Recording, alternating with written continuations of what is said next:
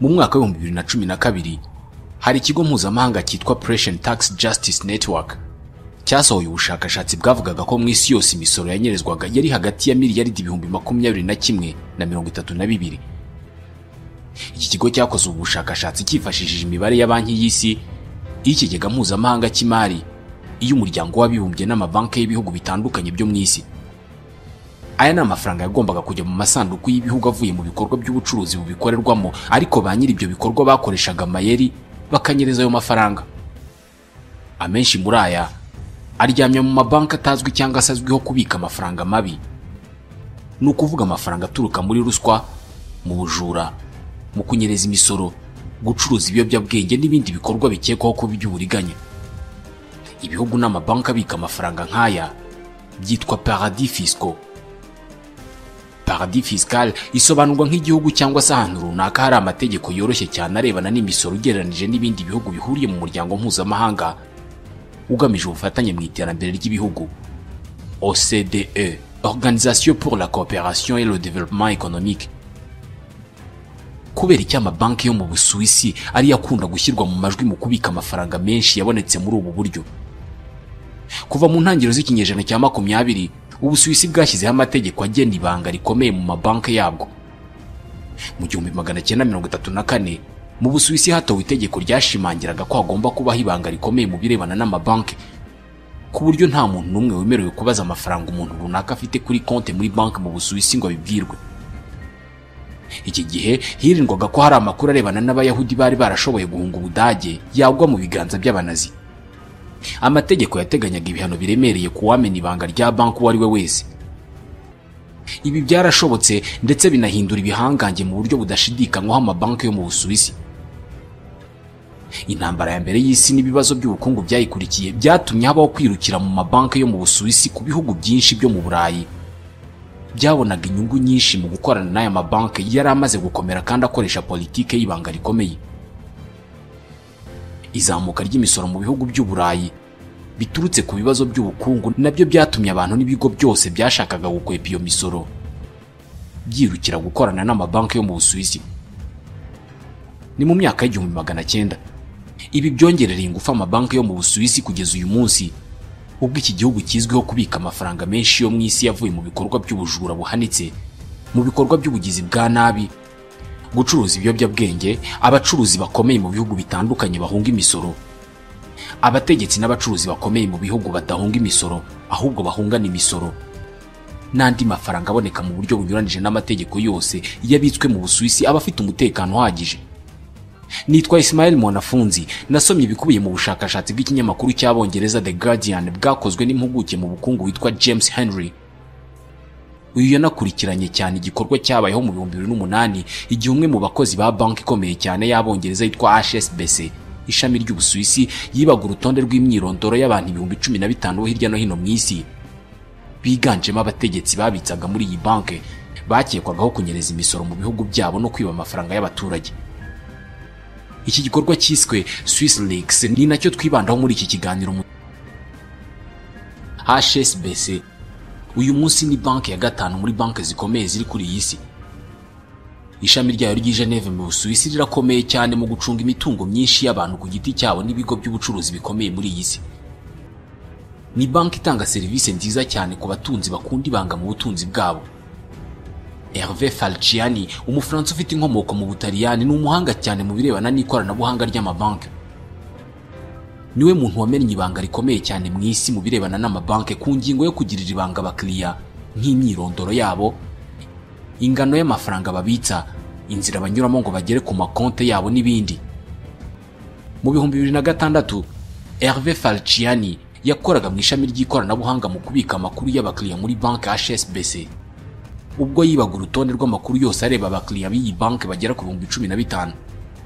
Yari amakuru menshi apima gigabit 100.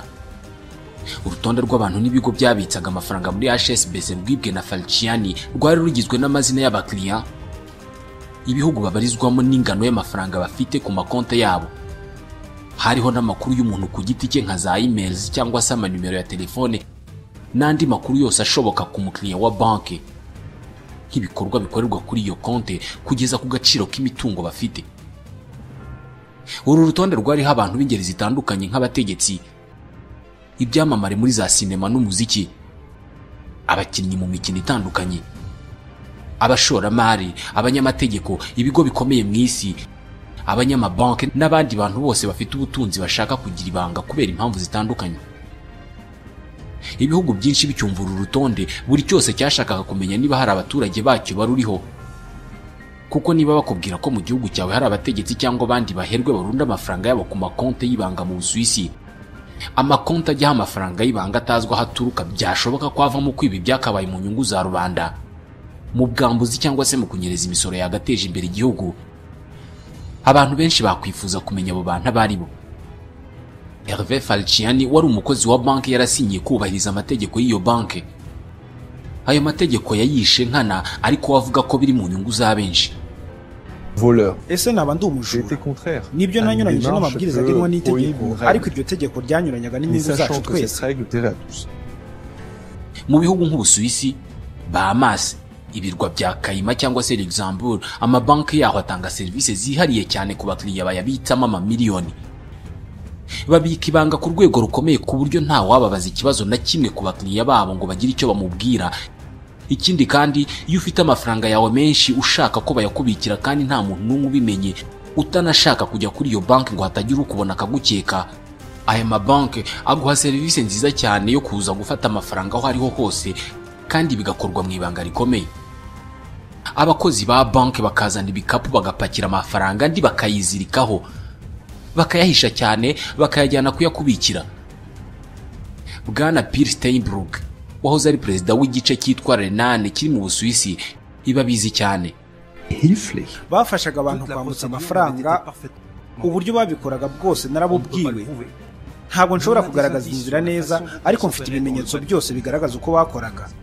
Boherezaga mu Budage abantu bavuye Zurich cyangwa ahandi hantu gufata amafaranga kashe mu mavalize, hanyuma wababaza bagahakana bati nono, ibyo sibyo na gato. Twagiye hariya kwigurira za shikarete. Aya mabanki akora ibi byose kuko ariko amategeko muri ibi bihugu avuga. Bemerewe kubikira ibanga abakiriya babo. Ibihugu nk'ibi babyita paradis fiscaux kuko ni ubuhungiro bw'imisoro yo mu isi yose. Iri banga ry'amabanki ku bakiriya babo ni ryiza kubirebana n'imisoro, aho umuntu anyereza imisoro y'igihugu cye akabifashwamo na banki kuko ikingiwe n'itegeko. Ibanga ry'amabanki ni ingirakamaro kandi ni ngombwa cyane, kuko nge simba nkeneye kumenya ibyo mufite kuri konte, kandi namwe nuko ntimwa mushaka ko mbimenya. Usibye kubirebana n'imisoro, ntabwo hari hakwiye kubaho ibanga rya banki mu birebana n'imisoro, kuko ibyo bituma habaho magendo. Niba mfite ubushobozi bwo kubitsa amafaranga yanjye mu gihugu kidatanga amakuru na make ku mabanki nk'Ubusuwisi, icyo gihe nshobora kunyereza imisoro byoroshye. Pascal Amans, umuyobozi w'urwego rwa politike y'imisoro mu muryango mpuzamahanga w'ibihugu ushinzwe iterambere ry'ubukungu OCDE, wasanga byakabaye byiza leta z'ibihugu zigize uburenganzira bwo kubaza banki iyo ari yo yose zikeka ko umuntu yabikijemo amafaranga atasoreye imyirondoro y'uwo muntu. Bitekerezwa ko iri tegeko ryemerera banki kugirira ibanga abakiriya bazo, ari ryo rituma habaho ibikorwa by'ubugizi bwa nabi n'ubusahuzi. Niyo yaba afite ukuri, Pascal Amans ntabwo avuga rumwe na Hans Rudolf Merz, wari minisitiri w'imari mu Busuwisi hagati y'ibihumbi 2004 n'ibihumbi 2010. Kuri we, ngo ibanga rya banki kubirebana n'abakiriya babo usibye kuba ari ukubaha ubuzima bwite bw'abakiriya, ahubwo ngo binateza imbere ubucuruzi bukorwa n'amabanki mu Busuwisi, kandi koko iri mu ngingo zatumye Ubusuwisi bugira amabanki akomeye mu isi. Ibanga rya banki ni ikintu ntahwemye kugaragaza nk'imwe mu nkingi za mbere z'imikorere y'amabanki yacu mu Busuwisi. Ni n'uburyo bwo kurinda ubuzima bwite bw'abantu, kandi n'uyu munsi niko nkibyemera. Iki ni ikintu cyatangiye mbere y'impinduramatwara y'Abafaransa, kandi kirinda by'umwihariko abantu. Ni uburyo bushyira umuntu ku mwanya wa mbere. Kuri nge, iri ni ihame rigifite agaciro. Mu myaka y'igihumbi 1910 n'igihumbi 1920, Ubudage, Ubufaransa n'Ubwongereza bashyizeho umusoro ku byo umuntu yinjije. Iki gihe amabanki yo mu Busuwisi yahise yumva ko aho hantu harimo amafaranga menshi, cyane cyane ku bantu bashaka gukwepa uwo musoro. Ntabwo amabanki yo mu Busuwisi yatekereje ku buryo bwo gukorera amafaranga muri iyi politike nshya yari ishyizweho, ahubwo yatekereje uburyo yakungukira mu bashaka gukwepa iyo politike. Mu kugera kuri ibi, amabanki yo mu Busuwisi yahise abwira isi yose ko ashyizeho politike y'ibanga ku bakiriya ku buryo nibakubikira bizaba ari ibanga ryanyu mwebwe babiri, banki nawe yabikiye. Ibihugu nka Singapore, Antilles ndetse na Hong Kong nabo bahise bashyira ingufu muri iyi politike kuko bumvaga irimo inyungu. Ibi nibyo byagize Ubusuwisi umwami w'isi mu kubika amafaranga yose yabonetse mu buryo bukekwaho kutaba bwiza, nk'uko umwanditsi akaba n'umwarimu mu ishuri ry'ubukungu ry'i Londres Bwana Gabriel Zotman abyemeza. Ugendeye ku makuru dufite, Ubusuwisi nibwo buyoboye isi mu kubika amafaranga yambukijwe imipaka. Nkurikije imibare yanjye, 8% by'inyungu z'ubucuruzi bwose bwo ku isi zihishe ku makonti abereyeho kunyereza imisoro. 1/3 cy'amakonti ari mu Busuwisi.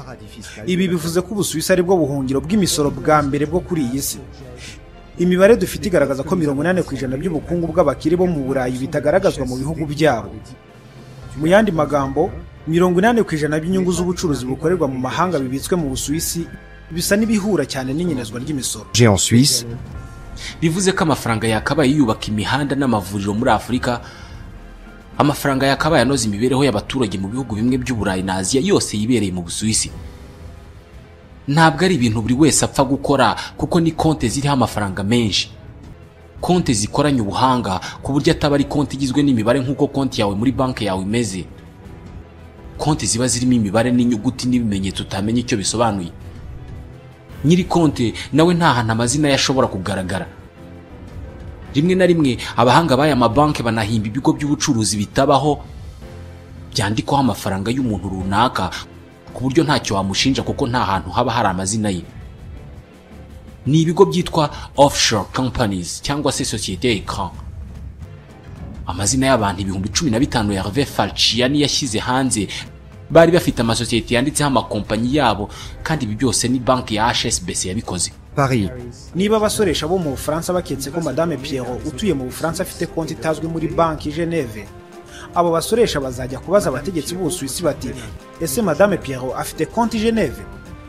Niba iyo konti ya Madame Pierrot yanditswe mu makompanyi y'abaringa 30 agiye atazwi n'utundi dufondasiyo duto, bizaba bishoboka cyane ko bakubwire bati, oya, nta konti hari yanditswe kuri Madame Pierrot. Kandi koko ni nako bizaba bimeze kuko n'izo kompanyi zizaba zanditsweho iyo konti nta n'imwe ibikorera mu gihugu kimwe n'indi. Imwe biri mu Busuwisi, indi mu Bufaransa, indi mu Bwongereza. Madame Pierrot azaba nta konti agira muri banki yari yo yose mu Busuwisi. Bwa mbere mu mateka mu 2008 Leta Zunze Ubumwe za Amerika zahagurukiye ikibazo cy'amabanki afasha abantu kunyereza imisoro. Iki gihe amwe mu mabanki yo mu Busuwisi yahamagajwe kwitaba Sena ya Amerika. Bwana Carl Levine yari umusenateri muri Sena ya Amerika, niwe wazamuye iki kibazo muri Sena. US tax evasion. Uyu munsi turavuga kuri amwe mu mabanki agira uruhare mu buryo bw'ibanga mu inyerezwa ry'imisoro ya Leta Zunze Ubumwe za Amerika. Abayobozi b'amabanki yo mu Busuwisi baza muri Amerika kenshi baje gutwara amafaranga y'abanyamerika, babikora mu buryo bw'ibanga cyane. Amakarita y'akazi kabo ntabwo agaragaza neza uburyo bacunga ayo mafaranga. Rimwe na rimwe banavuga ko baba baje mu bikorwa byabo ku giti cyabo, kandi baba bafite za mudasobwa zifungishijwe za kode n'abakozi ba douane batashobora gufungura. Komisiyo yanabonye inyandiko igaragaza amabanki akomeye yo mu mahanga atoza abakozi bayo mu Busuwisi uburyo bwo gukwepa abashinzwe ubutasi n'umutekano muri Leta Zunze Ubumwe za Amerika mu gihe bari muri Amerika. Ndasaba gutekereza kuri iki kintu. While traveling here, think about that. Amabanki yo mu Busuwisi yari akwiye kugira impungenge kuko akazi kabo kari kahagurukiwe n'igihugu cy'igihangange mu isi. Iki gihe cyari kibi cyane ku mabanki yo mu Busuwisi afasha mu inyerezwa ry'imisoro y'ibihugu by'isi, kuko niwo mwaka ya Hervé Falciani wari ushinzwe ihuzwa rya za gahunda za mudasobwa muri banki HSBC yibye amakuru y'abakiriya b'iyi banki, nyamara yari yarasinye kubika ibanga ry'abakiriya. Hibazwa niba Bwana Falciani yaribye aya makuru kuko yari yumvise Leta Zunze Ubumwe za Amerika zahagurukiye iki kibazo, akiba aya makuru ngo yazigurishe. Gusa nk'uko buri wese muri twe yabitekereza, ibi ntiyabyemera. Buri mwaka wose namaze muri banki wampaye ubushobozi bwo kunguka ubumenyi kuri bimwe mu bikorwa by'ishoramari byakoreshwaga mu guhisha ukuri ku mitungo y'abantu. Natangiye kubona ko usibye kugira uruhare mu bikorwa binyuranyije n'amategeko, ushobora no kugira uruhare mu bikorwa by'ubugizi bwa nabi ku muryango mugari. Contre la société. Umutima mwiza wonyine wo kwanga ikibi niwo watumye akora ibi, nyamara mbere yo kwiba aya makuru Hervé Falciani yafunzweho azira kugurisha amakuru y'abakiriya ba banki HSBC mu yandi mabanki. Igihe amabanki y'ubucuruzi yabona amakuru ku ngano y'ubutunzi bw'umuntu runaka aba ashobora kujya kumureshya ngo akorane nawe. Hervé Falciani yari yarakoze kompanyi y'ibanga yagurishaga amakuru bwite y'abaherwe babitsaga muri HSBC. Kompanyi ye yari yarayise Palorva, we yari yise Ruben Alshidiak. Kuri iri zina yagurishijeho amakuru y'abakiriya ba HSBC ku mabanki yo muri Libani. Nta wamufashe kuko nta muntu wari uzi Ruben Alshidiak. Mu kwezi kwa gatatu mu 2008 Hervé Falciani yabonye byaba byiza agurishije amakuru yari afite kuri za leta z'ibihugu, akajya abwira igihugu ko afite amazina y'abaturage bacyo babitsa amafaranga adasorewe kuri banki yakoreraga HSBC. Yandikiye urwego rushinzwe iperereza rw'Ubudage ko afite amakuru areba Ubudage kandi yagira akamaro. Mfite urutonde rwuzuye rw'abakiriya bimwe mu mabanki 5 akomeye yigenga iyo banki iherereye mu Busuwisi. Mfite n'ubushobozi bwo kugera ku yandi makuru.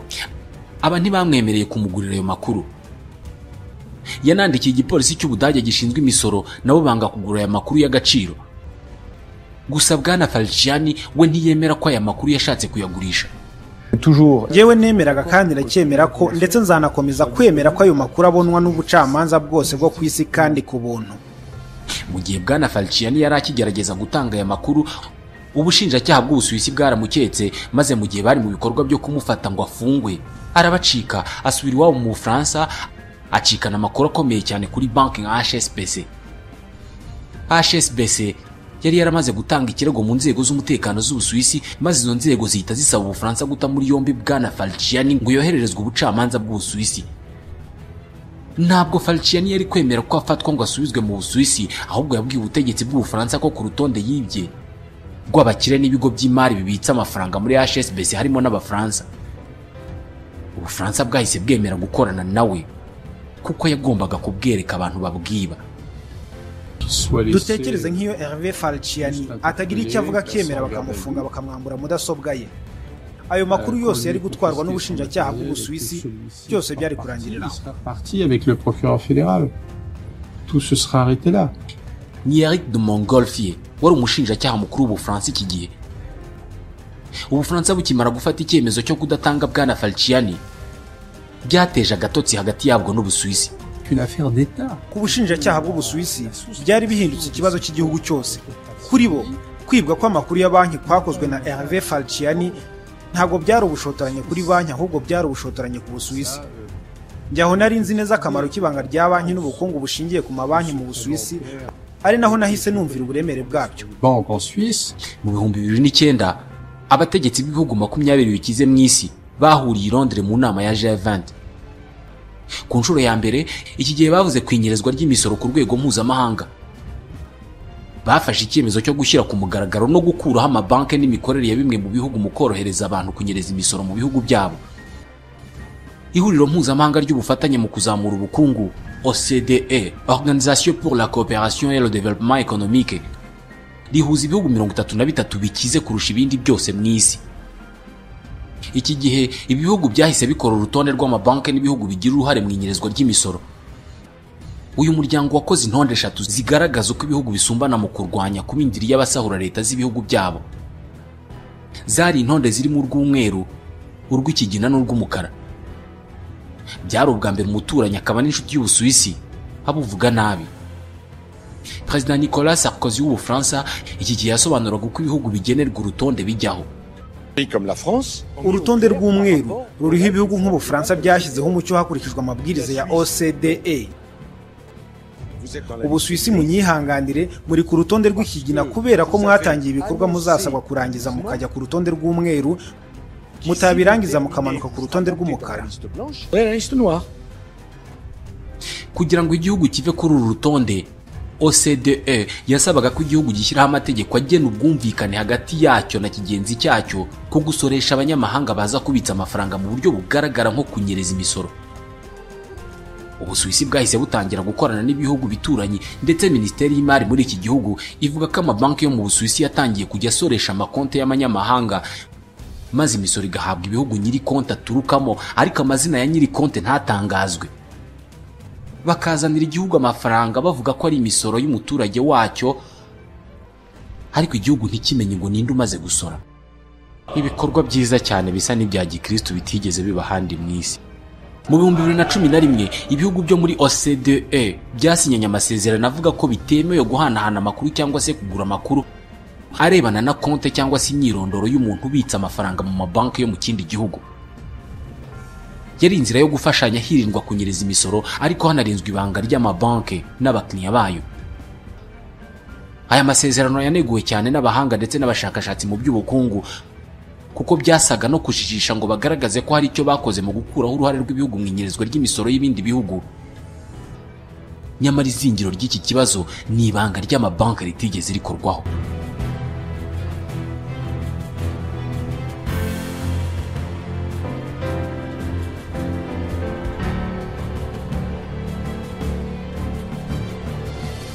Mu mpera z'umwaka wa 2009 amakuru n'imyirondoro by'abakiriya ba HSBC yari yaribwe na Falciani mu 2008. Yari ataragira ikintu na kimwe akoreshwa, nyamara yari afitwe n'Ubufaransa. Madame Christine Lagarde wari minisitiri w'imari icyo gihe yashinjwe kujenjeka mu gufata ibyemezo. Minisiteri y'imari yavuze ko icyo ari ikibazo gikomeye gishobora guteza agatotsi mu mubano w'ibihugu. Ikindi kandi urutonde rwibwe na Falciani nta gaciro rwari rufite mu birebana n'amategeko. Kera kabaye ubushinjacyaha bw'Ubufaransa bwaje kwemera gutanga uru rutonde rwa Hervé Falciani mu bushinjacyaha bw'Ubusuwisi. Iki gihe nibwo banki ya HSBC yahise yumva uburemere bw'iki kibazo mu buryo bwa nyabwo, kuko Ubufaransa bwahise butegekwa gusangira ayo makuru n'ibindi bihugu byo mu muryango w'ubumwe bw'Uburayi. Mu masaha make uru rutonde rwari rumaze koherezwa i Berlin, i Buruseli, i Madrid, i Roma, i Londres, i Dublin, i Athene, i Bombe, i Washington, i Vancouver, i Buenos Aires. Nta gihugu mu isi kitashakaga gutera akajisho kuri uru rutonde ngo kirebe ko nta baturage bacyo bariho. Mu 2010 za ministeri z'imari z'ibihugu byarebwaga n'uru rutonde zakiriye ubutumwa buvuye i Paris buvuga ko zashoboraga gutangira guhiga abaturage babo bagaragara kuri urwo rutonde banyereje imisoro. Ubwongereza bwonyine bwari bufiteho abantu 3600, maze abakiriya 700 ba HSBC b'Abongereza bari kuri urwo rutonde basabwa gutanga ibisobanuro mu rwego rushinzwe imisoro mu Bwongereza. Bishyuye miliyoni 172 z'amayero, ariko nta faranga na rimwe ry'ibihano baciwe. Ubudage bwari bufite abantu 110 kuri uru rutonde. Abantu 2 gusa nibo bakurikiranywe mu nkiko, ariko hari abandi benshi bemeye kwitanga no kwishyura ku bushake. Gusa ikizwi nuko Abadage bari ku rutonde rwa Falciani banyereje arenga miliyaride enye z'amayero. Abenshi ni abari mu myanya y'ubutegetsi bw'igihugu. Mu Budage kandi uwemeye kwitanga nta bihano yafatiwe. Yishyuye amafaranga yanyereje ubundi akitahira, imbabazi zitaba ku bindi byaha muri iki gihugu. Mu Bugereki urutonde rwa Falciani rwabonywe bwa mbere n'umunyamakuru Kostas Vaksevani. Abonye abantu baruriho ahita rutangaza mu kinyamakuru. Ni urutonde rwagombaga kuba nk'igisasu gituritse mu Bugereki, ariko leta y'Ubugereki nta kintu yarukozeho. Minisiteri y'imari n'urwego rushinzwe imisoro bavuze ko batakwizera inkomoko y'uru rutonde. Bwana Evangelos Venizelos yari minisitiri w'imari icyo gihe. Nari mfite impamvu zifatika zo kwitondera urwo rutonde. Nashidikanyaga ku nkomoko y'urwo rutonde, kandi nanatekerezaga ku buryo bwo kurinda amakuru y'abantu ku giti cyabo. Ibi byafashwe nko kwirengagiza inshingano kuri uyu muministre, kuko kubonaho amafaranga y'igihugu ari gisirizwa ukareba ku ruhande kandi ushinzwe imari y'igihugu hari urugero rwiza rwo kwirengagiza inshingano. Umunyamakuru Kostas Vaksevani yanemeje ko Bwana Evangelos Venizelos atakurikiranye Abagereki bari kuri uru rutonde, kuko hari hariho umugabo witwa Bobolas. Bobolas yari afite sheni ya televiziyo Ministre Venizelos yagaragaragaho inshuro nyinshi mu cyumweru. Ibi byatumye Ubugereki butagaruza ifaranga na rimwe mu yanyerejwe n'Abagereki babitsaga muri HSBC. Muri Espagne itegeko rihana cyane umuntu wese uhamwe n'ibyaha byo kunyereza imisoro. Iki gihugu muri iki gihe cyari gifite banki ya kabiri ikomeye mu Burayi, Santander. Perezida w'iyi banki Bwana Emilio Botin yari umukiriya ukomeye cyane wa banki ya HSBC i Geneve. perezida wa banki ya kabiri mu Burayi akabitsa mu yindi banki mu Busuwisi.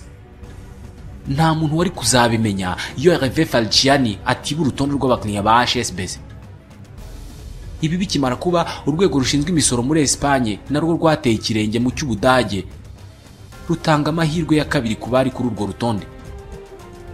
Ubusanzwe muri Espagne ufatiwe mu kunyereza imisoro afungwa imyaka 5 kandi agatanga inshuro 6 z'imisoro yanyereje. Ibi byahise bikurwaho, uwafashwe akishyura imisoro yanyereje yongeyeho 1/3 cy'ingano y'iyo misoro kandi ntakurikiranwe. Imbabazi zitari zarigeze zibaho mu birebana n'imisoro muri Espagne. Ubufaransa bwo bwari bufite miliyaridi 12 z'amayero yakabaye imisoro, ariko yari ku makonti atandukanye muri HSBC mu Busuwisi.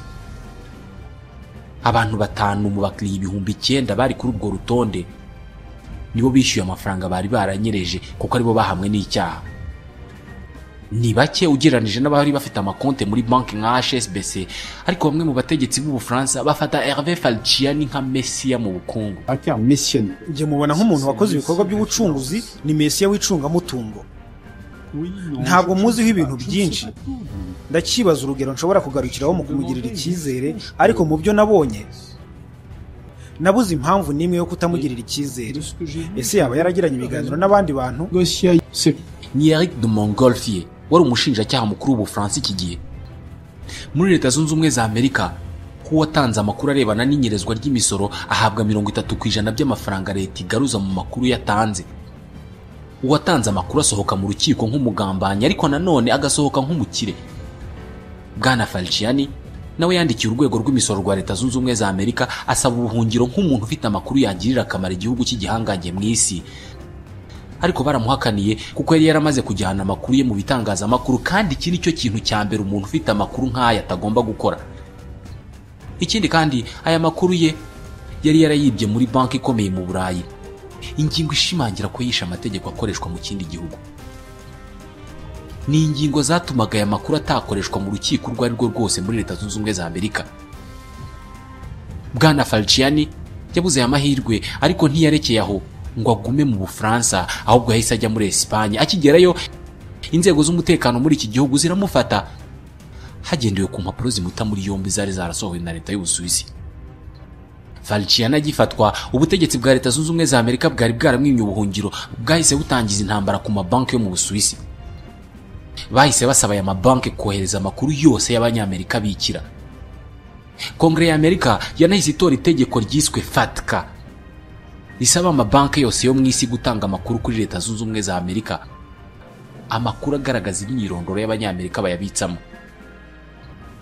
Usibye n'Ubusuwisi butari bwifitiye agatuza ko guhangana na Leta Zunze Ubumwe za Amerika, hari n'ibindi bihugu byahise bitangira kumenera Amerika amabanga y'akazi k'amabanki yabyo. Iby'ibanga rya banki nta gaciro byari bigifite kuko Leta Zunze Ubumwe za Amerika zari zimaze kuvuga. Kugira ngo bitagaragara nabi, ihuriro ry'ibihugu 20 bikize mu isi ryahise rishyiraho itegeko rivuga ko ibihugu byose bigomba guhanahana amakuru ku baturage ba buri gihugu babitsa amafaranga mu mahanga. Mu bantu ku giti cyabo, mu bihugu ndetse no mu mabanki akomeye mu isi, hatangiye kubaho kuregana bya hato na hato hagati yabo. Espagne nta mpamvu n'uburenganzira na buke yari igifite bwo gufunga Hervé Falciani, kuko ibi byose niwe byari biturutseho. Mu kwa 12 mu 2012 baramurekuye. Uyu munsi Leta ya Espagne yamuhaye abapolisi benshi cyane bamugenda inyuma ngo hatagira n'umureba nabi. Iki gihe yahise ahabwa akazi ko gufasha abashinzwe imisoro muri Espagne gusesengura neza urutonde yari yaratanze ngo bariho bagezwe mu nkiko. Ibikorwa bya Falciani bisa n'ibyabuze uko bifatwa n'abategetsi benshi mu bice bitandukanye by'isi. Bamwe bamufataga nk'intwara, abandi bakamufata nk'ikigwari n'umugambanyi wimanitse mu mugozi mu birebana n'umwuga. Kugeza ubu nta yandi mabanga arebana n'ubukungu arajya hanze arusha agaciro ya Hervé Falciani. Amabanga yibye yatumye hatorwa amategeko menshi, ayandi araseswa mu bihugu, imibano y'ibihugu izama gatotsi, ibindi bihugu bire mu bushuti butahozeho butari no gupfa kubaho. Uyu munsi ibanga ry'amabanki ryarapfuye. Nta banki n'imwe mu gihugu icyo ari cyo cyose yasabwa na leta y'ikindi gihugu amakuru arebana n'abenegihugu bacyo bayibitsamo amafaranga ngo iyimane. Ibi bizaca inyerezwa ry'imisoro, kurya ruswa, gusahura umutungo w'igihugu n'ibindi byaha mu bihugu cyane cyane ibya Afurika. Amabanki yo mu bihugu nk'Ubusuwisi yashyizeho amategeko y'ibanga rya banki kugira ngo abantu banyereze imisoro ntawe baketse. Azemera noneho kugira uruhare mu gutanga amakuru ku bakekwa ko batasoreye ibihugu byabo. Ahubwo se bo bazakomeza kuyagana, cyane ko amafaranga bayafata nk'amazi atemba ahantu hose hari inzira yayo. Mwakoze cyane, nitwa Ismael Mwanafunzi.